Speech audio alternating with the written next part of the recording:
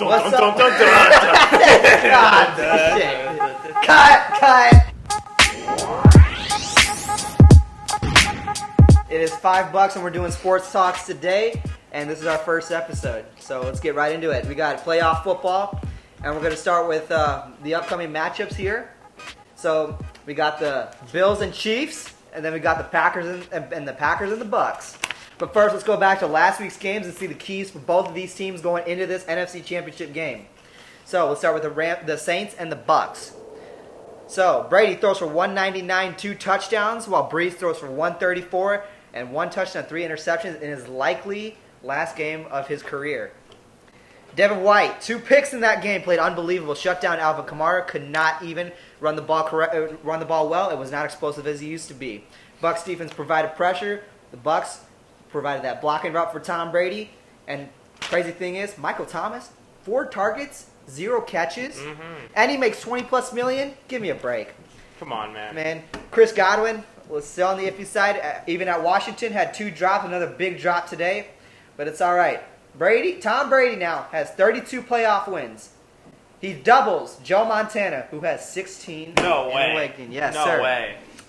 So let's get right into it. Why, Drake, did the Saints lose this game? Well, I think both of us can argue that neither quarterback really had the ideal game. However, it's the mistakes from Drew Brees that caused Brady and the Bucks to come out on top. 3 picks, 1 touchdown pass. You gotta have more. You gotta have more fire from Brees. Brees, unless you have a good game from your quarterback, he can't how much he let down in that game. And this is not the first time we see Brees let guys down. I mean, I'm sure you guys remember the blown call with the pass interference. Drew Brees still got the ball in overtime, and he could have gone downfield and won the game. But, he choked under pressure. Zerline kicks a field goal, they win. But, of course, Drake, you're right. Brees with the 3 interceptions. I forgot to mention, Jared Cook had a key fumble. It was a forced fumble, and they took it down. Brady scored a touchdown. So, I think this Bucs defense really played well. They played outstanding. If we see the last game, they lost 38-3 at home. But what the Bucs were able to do correctly was Brady did not turn the ball over. And you see a lot of it running with the Patriots' offensive ways. Make sure they're halfback screens. Making sure the running game's in. I mean, I think Leonard Fournette had 19 carries and 93 yards. When you got your running game going and you got the greatest quarterback of all time running play-action passes, you're going to have some big throws downfield. And he got that one to Scotty Miller. We went 29 yards. That was a pretty good throw. But I think going into this game, I think the Saints got a little too we're not providing that pressure they once did. Hendrickson was hurt. He had a neck injury. I'll give you guys that. Cam Jordan was nowhere needed to be found. Donovan Smith did an excellent job blocking him out front. And you could see they started bringing in extra tight ends. They started bringing in more linemen into the game. And that right there is going to be the key against the Packers, which we'll talk about in a little bit. So, Drake, how do you feel about Michael Thomas, who led the league in catches and receiving yards last year? Get 4 targets and no catches, and making $20+ million. I mean, yeah. Obviously, he underperformed. 4 targets, 0 receptions. That's unacceptable for a man of this caliber. And he's been a huge influence on this for the Saints team to get this far and how they got 13 wins. And just part of him and Brees, there were 2 key players that really failed to show up this game, and I feel like that's a big reason why they weren't able to, complete the whole game against the Bucs and take the win. I agree with everything you just said there. I think we failed to understand how much pressure that front 7 of the Bucs face, and Drew Brees does not have the arm. It doesn't have really an arm anymore. I mean, he never did to begin with, but now with he reportedly had a rotator cuff tear that he was throwing with, so. He's throwing deke and dunk passes, not much in there. So not much of the deep ball. I mean, we saw Jameis Winston come in the game and throw a 54-yard bomb. So Drew Brees, man, I think he was mainly at fault here. I mean, I'll give some of the blame to Alvin Kamara and Sean Payton. Kamara what do you do when you got a Bucs defense that is causing pressure with Jason Pierre-Paul up front? You got Devin White shooting the gaps. You got Levante David shooting the gaps. Ndamukong Suh causing havoc. And that's going to really cause the Packers problems. So how will the Saints bounce back from this, knowing that Drew Brees could be potentially retire? What's their approach next season? Do you think they should go to Jameis or stick with Taysom Hill? I mean, well, losing Drew Brees is going to be a huge hit to the Saints. I mean, he's basically been the face of this organization for over a decade now, and I mean, I feel like this Saints team is going to struggle over these next few years. They're going to be probably a relatively young team in the near future, and they need a quarterback they can rely on. And well, I mean, I'm sure they'll be able to find out whether Taysom or Winston will be able to fill that spot. But I mean, it gives a chance for those younger guys to step up and take some leadership. So obviously, I don't think they're going to be the Saints they were this season. And who knows? Maybe they'll get a young stud like Mahomes, but. I mean, Mahomes is really, he's a different breed. Yeah, but I mean, I feel like it's going to be a struggle for the Saints. It's going to be a long few years. What do you think? Well, I think I'm going to say a little bit different. I think they'll be actually just fine. The reason I say that is Sean Payton is one of the great offensive play callers in this game right now, and I think he was limited with Drew Brees. He didn't have quite the pocket mobility that some of these younger guys have. He didn't quite have the arm strength. So I think with Taysom Hill and Jameis Winston, you're going to get that diversity on offense, and it's going to cause a lot of problems for the teams coming up, especially Michael Thomas, who can run pretty routes. But Michael Thomas, let me go back to Michael Thomas for a minute. That defense, that backhand has gotten toasted so many times this year. You saw it get wrecked in Chicago. You saw it get wrecked at freaking Mahomeboy. So, I mean, all they did was play. This Bucs defense was confident enough to say, "Hey, look, we're gonna press on Michael Thomas. We're gonna press on all of these receivers, and you're not gonna get by us." You saw that Devin White with the picks made an unbelievable play. These guys, with this back end coming in so confidently into the Green Bay, it's going to be a tough team to beat, especially when you just beat a team that had basically one of the best offenses this year. So. Where does this leave Tom Brady and his legacy going on to his 14th 14th conference championship game? First as a Buck. Well, I mean, before, we were able to say, oh, well, it's because of Belichick, because of his success. Or we were able to blame other external factors like, oh, he had good receivers. But right now, it seems that Tom Brady is a leader. And he's a team player, and he knows how to get his team to cooperate and step up and play together. He was able to come to this new Bucs team, and already he's had their first playoff win in how long? Since I think the last time they had it was 2007, 2006-ish. So. Yeah, I mean, Tom Brady, he just has this type of charisma that really is unmatched by any quarterback in the league, I feel. Tom Brady brings that leadership role into the locker room.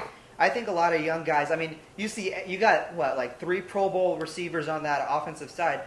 Is Antonio Brown going to be okay in Pittsburgh catching one ball for 10 yards? Is Chris Godwin or any of these other receivers going to be okay catching a ball and maybe going to games like, hey, I might not be the primary reason today? Not a lot of guys can do that. You saw Antonio Brown in his fit in Pittsburgh. You see guys like Odell Beckham and Jarvis Landry and all these guys throwing fits on the sideline because they don't get the ball enough. When Tom Brady comes in that locker room, it's all that matters is winning. And he brought this to the Bucs team, and he's brought it in the Patriot way, which makes Brady one of the greatest of all time, just off his skill alone, if we don't even talk about his skill. But yeah, 30-20, Bucs are heading to a championship game, and first playoff win since 2007. Now let's go on to the Packers and Rams. 32-18. Goff had 174 yards and 1 touchdown, while Aaron Rodgers had 296 and 2 touchdowns and played absolutely fabulous in this game. But the highlight wasn't Aaron Rodgers versus Jared Goff. It was really Devontae Adams versus Jalen Ramsey. Adams had his way for a lot of the game, going 9 receptions for 66 yards. But the key But the key on that defense, on that Rams defense, was Aaron Donald, who was hurt with a rib injury. Who was the biggest reason? Why is the biggest reason the Rams lost? Was it because of Aaron Donald's injury or Jared Goff's underperformance? I mean, obviously, we see Aaron Donald, definitely the leader on the defense. He's been known as a star player these past few years. He's just an overall talented player on the defense. Like, he's not only one of the biggest guys on the field, but he's fast. He can get to the quarterback faster than probably anyone in that front seven. I think that really hurt that defense because, I mean, you could see A.J. Dillon and the Packers crew was able to run the ball. If Aaron Donald's not hurt, they ain't running the ball like that, which I think is also going to be a very big key factor when it comes to this NFC Championship game coming up on Sunday at 2:05 at the Frozen Tundra at Lambeau Field. But I don't think they're going to be able to run the ball like they did. But with Aaron Donald hurt, I think they really took advantage of it. Aaron Rodgers played spectacular.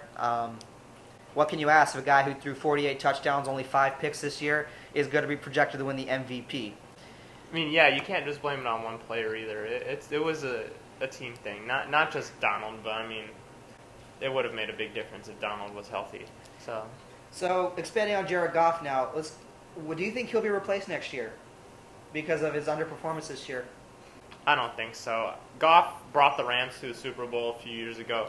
He's shown not every quarterback's going to have an amazing year, but he brought them pretty far, and they had a reasonable year. And I mean, you can't expect Goff's still a relatively young quarterback, and he's learning as the process goes on. But with this Rams team, after going to the Super Bowl and then kind of flatlining a little bit, I think that they're on their way up, but they just need a few more. I think they got to get a few more pieces on offense. Yeah, I love Cooper Kupp. He wasn't able to play really that well. They just have some holes in the offense right now. I feel like they need to be filled right now. And really, if they could have a few more star players, then I think this Rams team would be golden.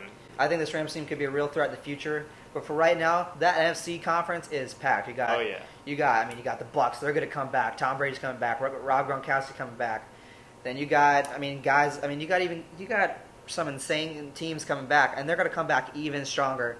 Washington, they got a top 5 defense, but if they can get that offense up, you're going to see them a real contender in the future. And I'm not joking about that because, the way Taylor Heineke played in that game was absolutely spectacular. The Bears, they got to fill some holes on offense because they also got a top 5 defense. So there's going to be there's going to be a lot of competition in the NFC next year. I'm just excited to see what the Saints can do and what these other playoff teams this year can do. So, what is on the line for Aaron Rodgers? His first championship game at Lambeau Field ever.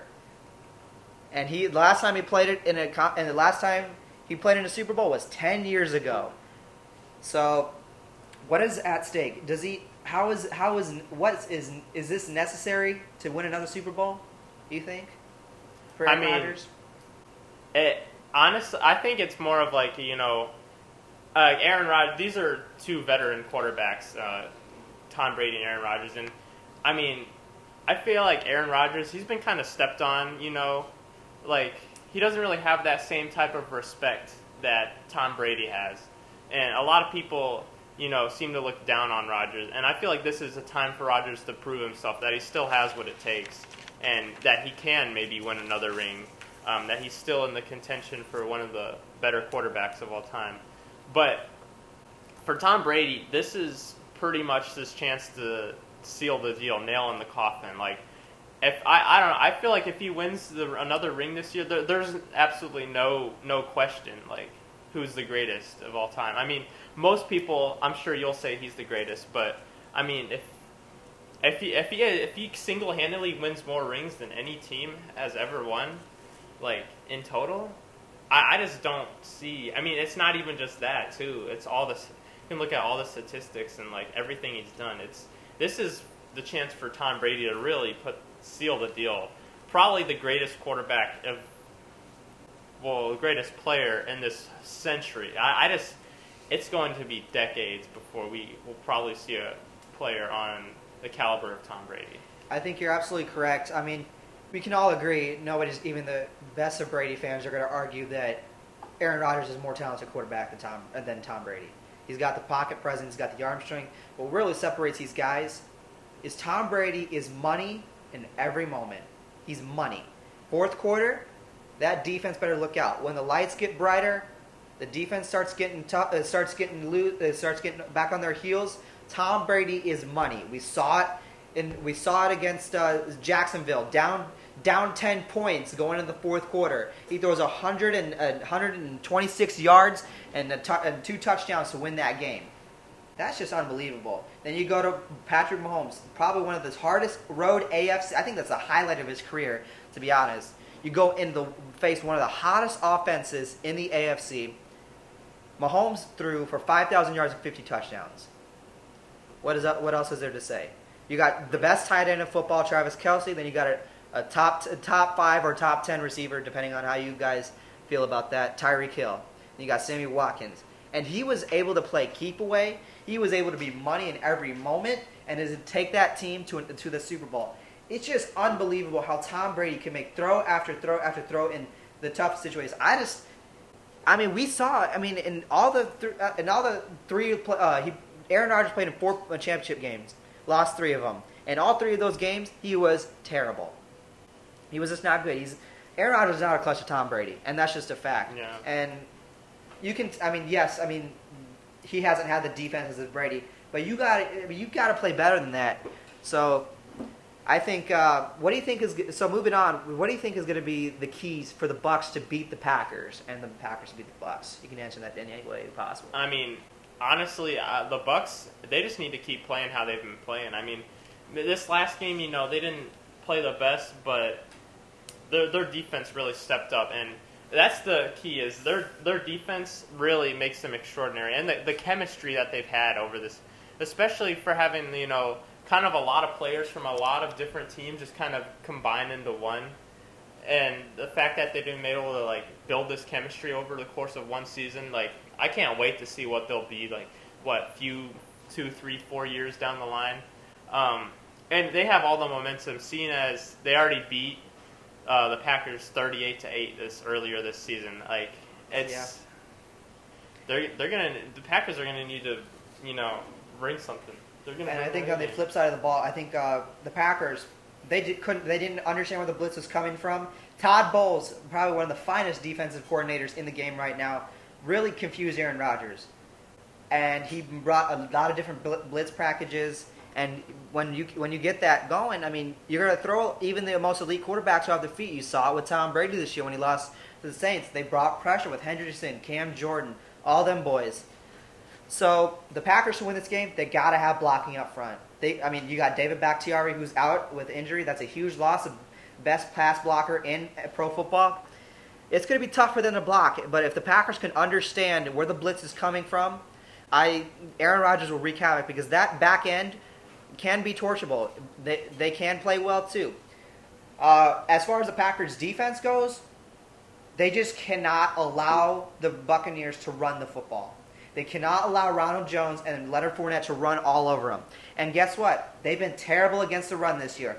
Dalvin Cook ran all over them. And you just see it's going to be very difficult to block these guys, because if you let them have the run game, Tom Brady will have a heyday on play action, because their back end is not as good as the Saints. So I expect a very close ball game here, because I feel like Aaron Rodgers will actually keep it a closer game and will understand this defense better. But for me, I got the Buccaneers winning 35. I got them 35. Let's go 21. 35 20 23. 35 23 35 24. It's a fair assumption. I would say it'd probably be more of a gap than that. I don't know. I just feel like the Bucs have all the momentum right now. And you're right, but they are going up to the frozen tundra. It's got a 70% chance of snow.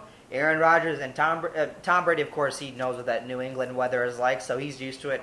I'm worried about those young guys who love that 80-degree weather, that Tampa weather, because none of those guys, if you really think about it, there's only 3 guys that ever played in a Super Bowl and in a playoff game before this playoffs. Rob Gronkowski, Ndamukong Suh, and Tom Brady. And only 2 of them are really used to playing in that cold playoff weather. And so I think that's going to be a factor coming in this game. I think it'll be that pretty close. I mean, unless that Packers defense just folds, I think this is going to be a closer game. But I trust 100 times out of 100 that Tom Brady is going to make the necessary throws to win this ball game. And I see Aaron Rodgers folding like a lawn chair in the Tampa retirement home. That's fair. That's a fair assumption.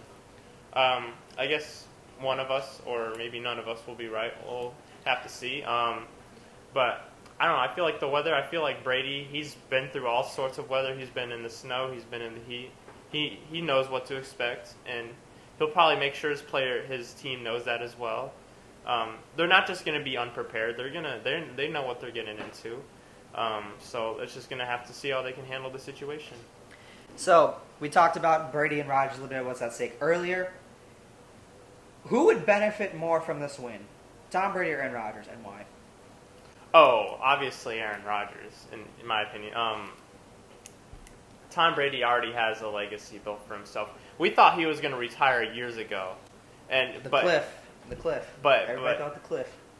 Yeah, but he just, I don't know. It just seems like he has this desire in his heart for one more ring, and even after this year, you think he's going to retire after winning another ring if he wins another ring? Nope, he's already actually said that he's going back next year with Rob Gronkowski.